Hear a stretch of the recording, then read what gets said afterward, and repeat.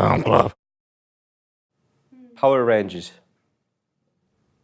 Thank you for joining us for one more round. That was and welcome back to episode 6 of Film Club. Every single week at Film Club, we invite you guys along to watch a film with us. To my right is Andy Donaldson. To my left, Tamara Sajid. And I'm Andy Harrison. Thank you for joining us. This week, we are looking at... Like crazy. Oh, he couldn't resist. He had to get in there. He loves this film so much. I've been asking this guy for years, you probably know from the last one, to watch this film, and now he has. And I can't wait to talk. And you, Samara, as well. So let's have a third opinion to talk about it. So it's directed by Doremus in 2011.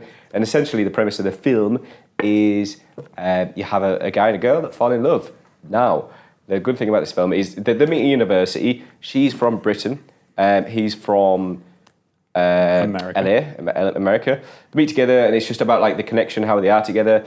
Then the ideas of travel and visas and not be able to see each other because he needs to stay in America, she can't go over there, and it's all about like their relationship, how it kind of what's the word to use? How it kind of progresses through that time. Now, the reason this film is so good is because of the chemistry and the way it was done, which we'll go on about in a little bit. Can I just ask, before we go on about like production, before we go on about the characters, the personality of the film, can I just ask your general view of it? We'll start with Samara. My general view of it? Yeah, just it was really, really sweet. It was really lovely to watch. But also, like, it was weird because maybe, like, the first part of it where they first start meeting and stuff, I was like, do you know when you watch a film and you're like, oh, the person who made this gets me? Like, they're on the same wavelength. I was kind of like had that right at the beginning up until it hit a point where like I haven't experienced those things yet. So it was like, oh, that's understandable. Foreshadowing kind of thing. It was really weird, but really lovely to watch. I was really hoping you wouldn't say anything negative there. I was like, get ready to get my face in. Oh no, I wasn't. I had nothing like negative I could feel as soon as you said the words up until the point. Yeah, I was like, I was thinking he's going to start like shaking in a minute. No, I mean, yeah. It wasn't a negative, it was just a... No, that's completely understandable. I'm young. And that's what's brilliant about this film. We'll go back to Andy's point as well. But that's what's brilliant about this film. It is relatable. There's the initial parts of a relationship, those lovely little quirks that you have, that daft little banter. It's very relatable. Then obviously it goes later on into, well, I'll explain a bit. Andy, I can't wait to talk about this. So I think this film is a wonderful example of storytelling and development of characters and interpersonal relationships with as little use of dialogue as possible. Fucking ace. That was a really good way of explaining it. Really good way. Thank you. No, great, fantastic. My opinion, obviously, everyone should know that I love it. I saw it out of the blue, and I thought it was a fantastic film. The intimacy you get from both the two characters together, and you like kind of knowing how they react with each other. Like Andy said, the body language, their eyes, the fucking use of their eyes with each other throughout the film. What's brilliant is pretty much all of it is improvised. Oh, yeah. And like, just Felicity Jones and Antonia Chin, hands down, fucking brilliant. And it is, like I said, probably one of the best, if not the best, indie film scene. Yeah, actually, that's one point I really want to bring to, like, the forefront. It's an indie film. It's an indie film that was made on... 2011. 70. $250,000? 250 grand, and it was done over 4 weeks with a pre-week of getting to know each other. So to be fair, like the 4 weeks is probably like an average shoot schedule, maybe on the short side. Probably average for a film like this, where it's just basically interpersonal drama. Yeah. 250,000, tiny amount, and if I read right earlier, that also includes like their flight and accommodation and stuff because they shot like in 2 different cities. Someone's been Wikipedia as well. Yes. I didn't Wikipedia, is that on there? I briefed through it to get like points like budget and stuff, but carry on. Anyway. We are endorsed by Wikipedia. Cool. So don't carry on. This? Please don't carry on. Go on, carry on from your budget, which is... so part of what like builds into it is the fact that they decided to shoot this on a Canon 7D. Yes, you did get this from Wiki. That's because it was portable. From Wiki. But what was cool is, to go on from that, he added the close shot to far away shots. There was no medium. And that comes into another point, but please, what is good about using a Canon, whatever it was? 7D. What's good about So that? do you know what a Canon 7D is? Yes. It's DSLR, right? So actually, okay, I'll give you an example. No, it's a DSLR is what the camera that you used to have. That's not a DSLR. That's a C100 Mark III. Mark II, but don't tell them what we're shooting on. So for example, the camera there is 200 better Mark than the II. camera they shot this film on. Oh, That's the mind DL. blowing. Oh, really? Yeah. So like they've done an awesome job. However, the thing you brought up there, which is like the guy who shot it or the director said they chose that camera because it's portable. Yeah. I don't know how much I can believe that. I don't believe Because you could get do you reckon it still was a due to relatively budget? portable camera. Well, when I was reading about it, he said that he was choosing between a 5D and a 7D, and I was like, what? Yeah. I think maybe what they meant was this let them shoot in places they didn't have permission to shoot in. They let them shoot in public without drawing attention to themselves. Oh, that makes sense. And Oh, like, maybe. For that sort of stuff, commendable. The film, for what it is, looks awesome. I love that kind of like, it's rough, it feels natural. Everything has sort of an organic, sometimes documentary feel to it, Yeah. which is awesome. Sometimes... Fuck you, mate. Honestly, I'll punch you, mate. Go on. Sometimes the colour suffers All right, I wouldn't notice that because I'm not a colour grader like yourself. because of Professional colour that grader. camera, because of the conditions they put it in. The colour sometimes gets quite muddy, orange comes through a lot when it shouldn't. Okay, I will accept that as a flaw in this film. But it's worth it. Like I would trade that off for a film that looks like this rather than like your Michael Bay flashy shot on like an Alexa or a Red or whatever, and colour grade to be disgustingly orange and blue constantly. Like I would take this any day over it. I'll punch you. Transformers is my favourite film. Get out. No, it's not You're really. fired. It's not really. So, on about production now, so I mentioned budget. I can't, right, so can I just give a fucking nice one to whether it was the director or the casting agent, who fucking cast them two is brilliant. Yelchin was done straight away, like signed on straight away. Apparently Felicity Jones did two phone call, like kind of like to do that end scene, which we're not talking about just yet. The end scene, and she came over, got the part. They spent a week together, Yelchin and Jones, Felicity Jones and Anton Yelchin, just getting to know each other, talking about the characters. Then when they're actually on set, they completely like. I was going to refer to Maxi's work. We worked with a director called Maxi. He's got a whole name, but I'm going to call him Maxi because that's how I know as. And what was really cool is when we did those recordings, is the cast was really small. It was really intimate. It was like it's to keep the intimacy on set. They reduced the people down. Like there's some parts where they just had the two actress and the actress, the writer, the director, and the sound guy. Yeah, like you can tell. Like you can tell sometimes there's probably a slightly bigger crew, but definitely there's times where it's basically them on camera, the camera guy and the sound guy, and that's because they can't shoot anything else other than that. You were going to say something. I was going to say that. Oh, sweet. So, It's okay. moving on to a different aspect of production, editing. The use of fucking editing. Like, I don't know much about editing, but fuck me, it went so well. Like, it was just like, it didn't get rid of all the drivel, the shit. It cut to the main points. Great examples of how it cuts through time. One time she's with, oh shit, I had his name down there, 2 seconds.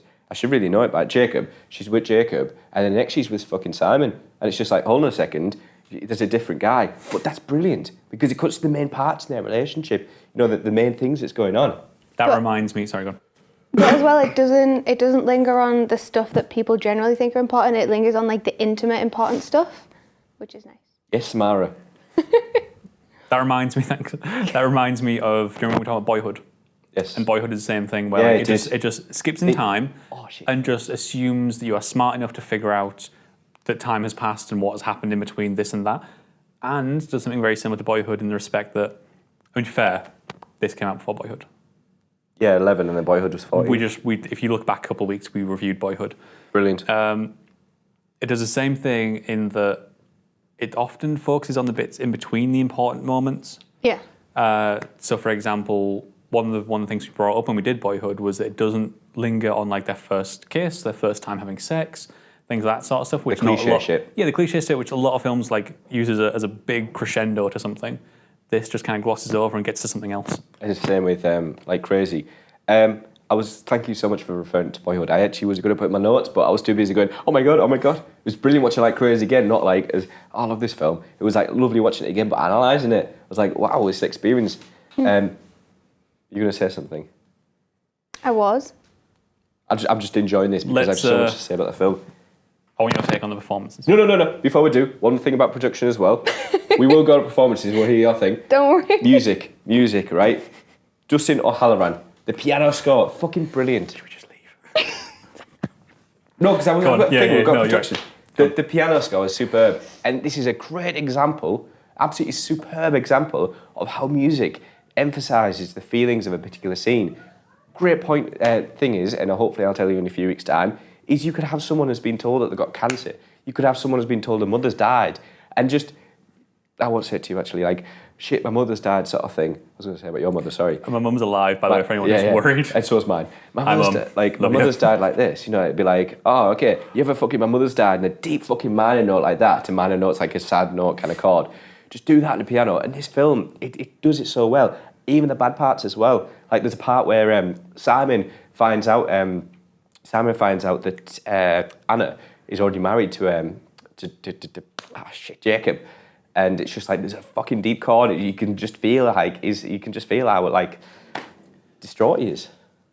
But there's some great parts as well. Also, I want to mention it's a great example of that. But it's also a great example of that because it's so restrained in when it uses music. Yes. Because there's so much silence in this film. Yes. So much like quiet, tiny, intimate bits of sound. And then when it needs to, it brings in that music, which is amazing. It's brilliant. And even they've got some like soundtrack, you know, when they're in the clubs and stuff. When they've been married as well, there's like a great use of soundtrack and tunes. And I believe I read somewhere that Doremus, the director, said that this gave a feel to the film, like these soundtracks. So, moving on from that, performances. I thought they were both incredible, like so wonderful to watch. It felt very real, like especially the camera work made it feel really real for me because like when they were like walking. It's not static, is it? Yeah, like, but also just not too steady, so you're not watching them. It feels like you're watching them from across the room, especially, you know, right at the opening when they're sat and they're on their first date. It kind of looks like you're sat across the cafe and you're like peeking around over this wall. Yeah, it's so flipping lovely, like so nice. And then you could like almost walking with them because the camera's like shaking slightly.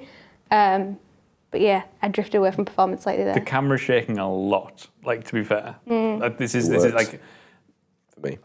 There's so many times people get wrapped up in filmmaking and very, very quickly go, okay, like we use a tripod for this, maybe we use a bit of a handheld, and then like as we start to learn what a jib for, what a track is for, what a slide's for, what a gimbal's for, and we just like we start to get away from like raw camera movements, like that sort of shaky everything stuff. Looks processed and stuff. Yeah, and everything looks like computer. It looks great for stuff like you don't want things like the next Transformers use that. Yeah. Iron Man film to be all like shaky, well I do, but like.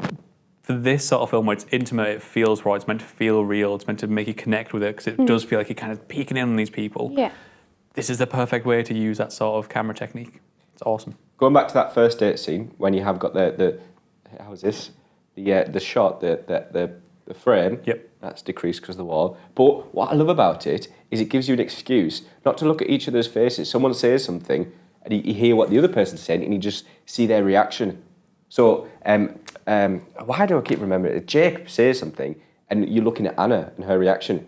Anna says something, you look at Jacob's reaction. And this is what's brilliant about this film. It's this, like you said, there's so much done without dialogue. It's absolutely incredible. So, at the start, what I really like as well is, it's about like romance films, stuff like that. They use the niche to attract each other. He buys her a chair because that's his thing. She writes him notes. She writes him a note at the start of the film, which gets him talking more. Doesn't buy her a chair, does he? He creates chair. one. Sorry, Yeah. that's what I meant to say. I'm so sorry. She writes notes when they were down in bed after the first date towards each other. When she gets held up at the airport because she overpassed a visa, he's actually bought a bottle of whiskey, which is her thing. Yeah. So the lack of dialogue through. So there's different parts where just the lack of dialogue just helps that part. One of those moments there, when she sits in the chair, she goes, "Oh, it's my chair." So I think that was the worst kind of southern accent I could have possibly done. And she sits down and there's just nothing. It's just her looking at him. and it's him looking at her, them smiling, buzzing, brilliant. And then it's a great example of visual storytelling. Yes, Like film's all about visual storytelling, and this film it's not scaring away from dialogue. It uses dialogue when it needs to, and then when it doesn't need it, it just doesn't put it there. Yeah. Oh, it does use dialogue, but in a way I'll go into a second. Sorry. Which I think helps with the whole making it feel real and making it feel intimate, because I think in real life people don't usually talk at moments like that. Like they're not saying like, "You look so great," like "You're so pretty." Like they're actually. I don't know what accent that was. I don't know.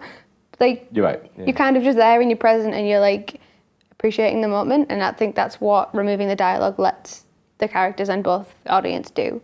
Massively. There's other parts where there's a montage of the first dates after, and again, music, a great example of how it helps that part.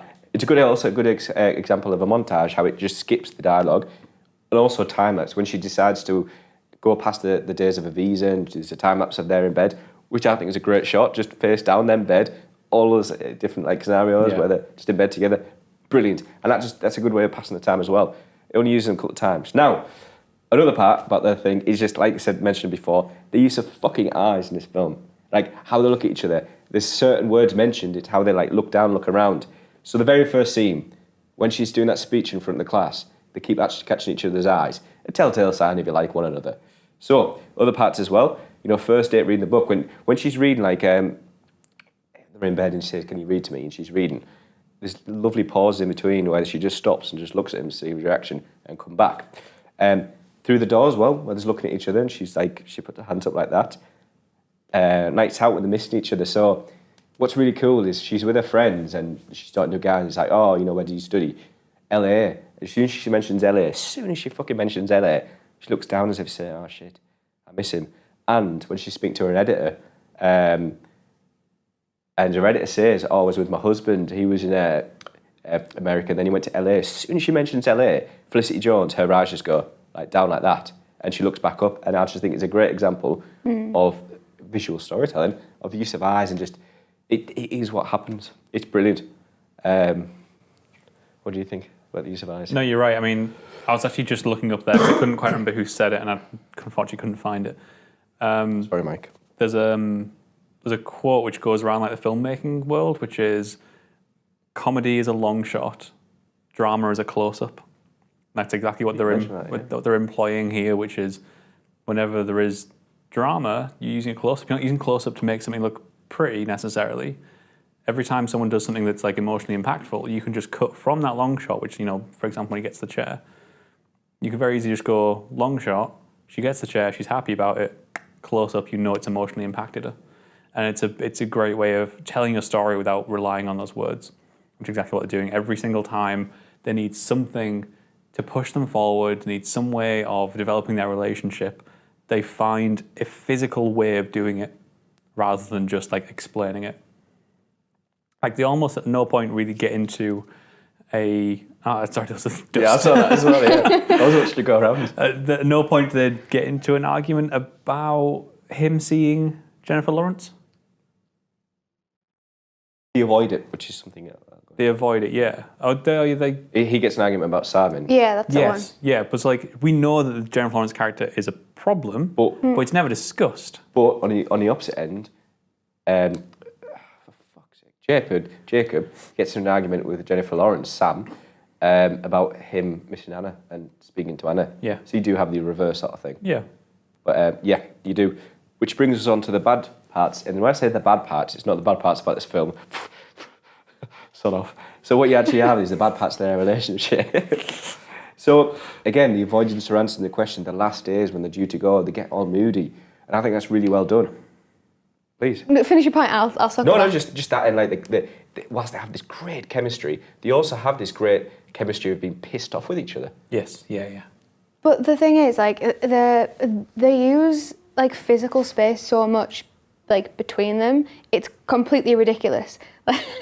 Like, as soon as because they have this insane, immense, like intense chemistry, but the second there's something wrong, both of them pull back and they put space between them, which is like, obviously, I think it was an element of like visual storytelling, but it was also, it felt to me very driven by their own characters, because they were both kind of... Are you on about the characters themselves or the actors and their actual take on the characters? Probably both. Yeah. Nope, don't remember where that point was going. That's fine, because what you said there about the that when they don't like each other, the space increases. Two great examples is when they're on the boat on the last holiday before they leave, they just sat in separate seats. Another one is, he's coming towards the end of the film, and it might be after they've been married or just before, and he loses it. He goes, "Where did you go?" "I'm just here," sort of thing. They're fucking far away from each other, which is not them, massively not them. So, other bad things as well is when she's with Simon and stuff like her breaking a bracelet, or the fact that Simon, you tit Simon, makes her go on a health kick and gets rid of the whiskey. It's like, hold on a second, that's her whiskey. So that was like, oh shit, man. That's a point where I think the dialogue helps emphasize it, because her dad says something about it where he goes, He knows it. "Whiskey?" And they're like, "You've changed." Yeah. Like, they're not saying it in a bad way. They're saying it in like, "Oh, you've changed. Like, you're growing up," sort of thing. But we know, like the audience, we kind of understand that it's an underlying problem. Because getting rid of whiskey in your life is an underlying problem. Don't do that. This brings us onto the point. So the bad stuff and the good stuff and the personality. And what you said at the start of the film, it's a great example of storytelling without dialogue. When they're together, there is like little to no dialogue. Or if anything's a whisper, it's stuff like that. It's absolutely brilliantly done. When they aren't together, or when something negative happens, they're arguing with each other and stuff like that, there's so much dialogue with both them, with others. Great example what you said. Dialogue is used in a negative manner in this film. Yeah, for a lot of time. And like, this is There's what exceptions. I loved quite early on about it. Is like, as soon as she went back and couldn't get back into the country, and I was like, and they were going to try this long distance thing, and they've suddenly got to communicate via phone. Yes, I was like, is dialogue. Yeah, I went, that's not what you guys are about as a couple. Already in that first 20 minutes of the film, I was like, I know what you guys like as a couple.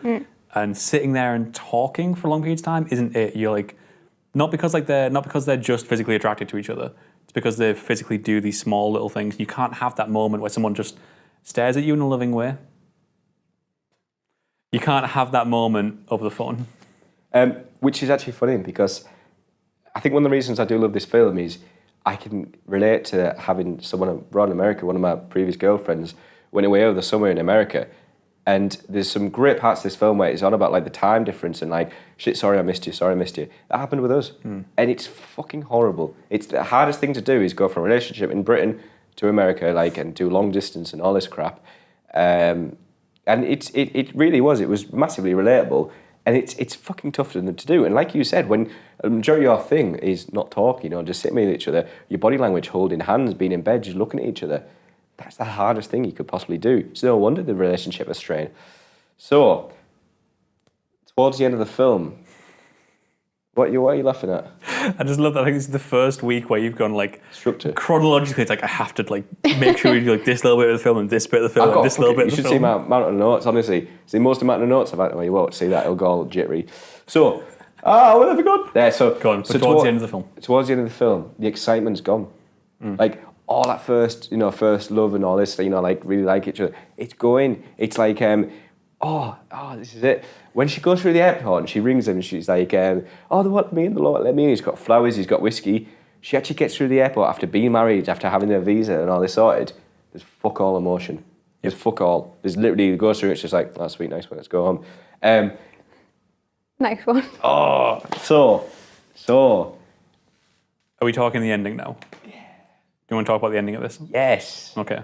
Are you bursting to start us off? No, I want to hear your parts before I go on to my Do you want to go great first? notes. Okay. Okay, go on. The end scene where they're in the shower looking at each other, by the way. Just going to jump back a tiny bit. Cool.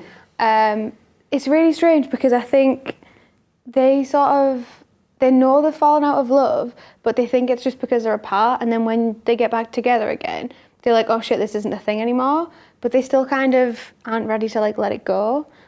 And I think that's what they kind of realise in that like last scene.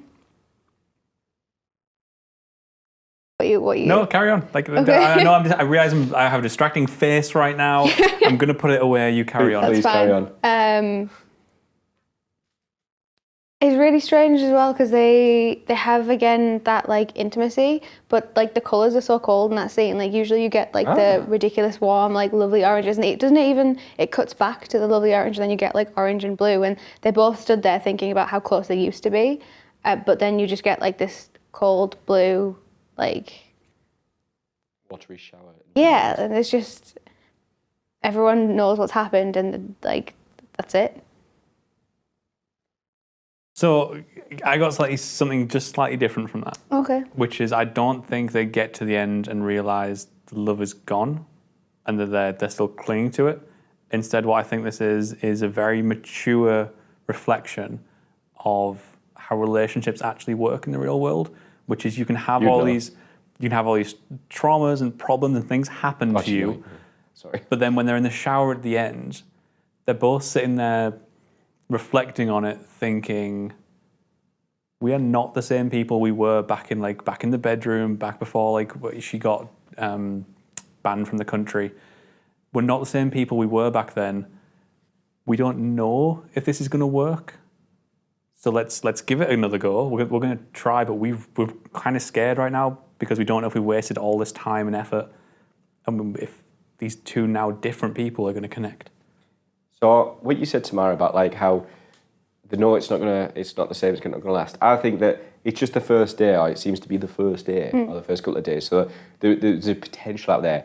I think the greater word to use about it is it's just ambiguous. It's an ambiguous ending, and there's no like definitive point. Again, going back to the editing, when they look at each other, just like the reminiscing the previous memories, almost like contemplating whether it obviously was worth it, but obviously are they as happy? Will they become happier? Will they just like become even sadder? Everything's. It's like they've got the moment together. There's no emotion, and it's just like the editing.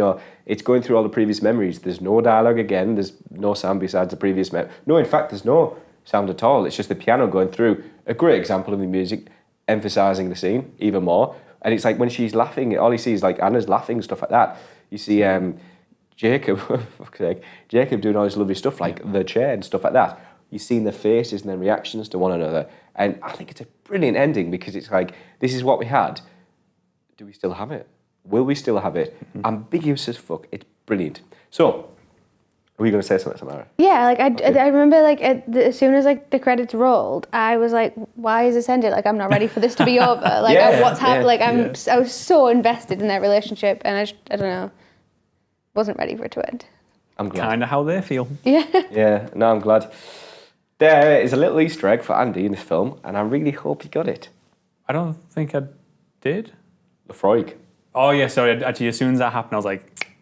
The Freud is a whiskey I introduced Andy to because he's trying to get into his whiskey. Because what's worrying, when they were having that conversation, and he was like... He said, you into your whiskey? And he goes, Anna's getting me into it. Like, we tried the whole... So I was like, oh my God, in this relationship... You are my Anna. I am. Honestly, because he goes when they're at why do I never remember his name? Jacob. Why is it not coming straight off my head? Yeah. When Jacob comes to England, and he's like, "This is a blend," and I was like, Andy was going to me, "What's a good whiskey?" Well, you can get blends, but they're not as good as the real one. This is a blend, but this is the real stuff. Like a 12-year-old, which is exactly what I did with you, isn't it? I was like, I was like, you're my Anna, and that's your dad. Yeah, Clive. massive. Yeah, go on, Clive. And he's like, taste it, sip it and just put it in your mouth, close your eyes like this. And it's exactly, when I introduced it to Freud, it's exactly what happened. It's exactly the way I did that. I am How buzzing. romantic. Yeah. And then he moved, and we couldn't be together anymore. I went to wherever.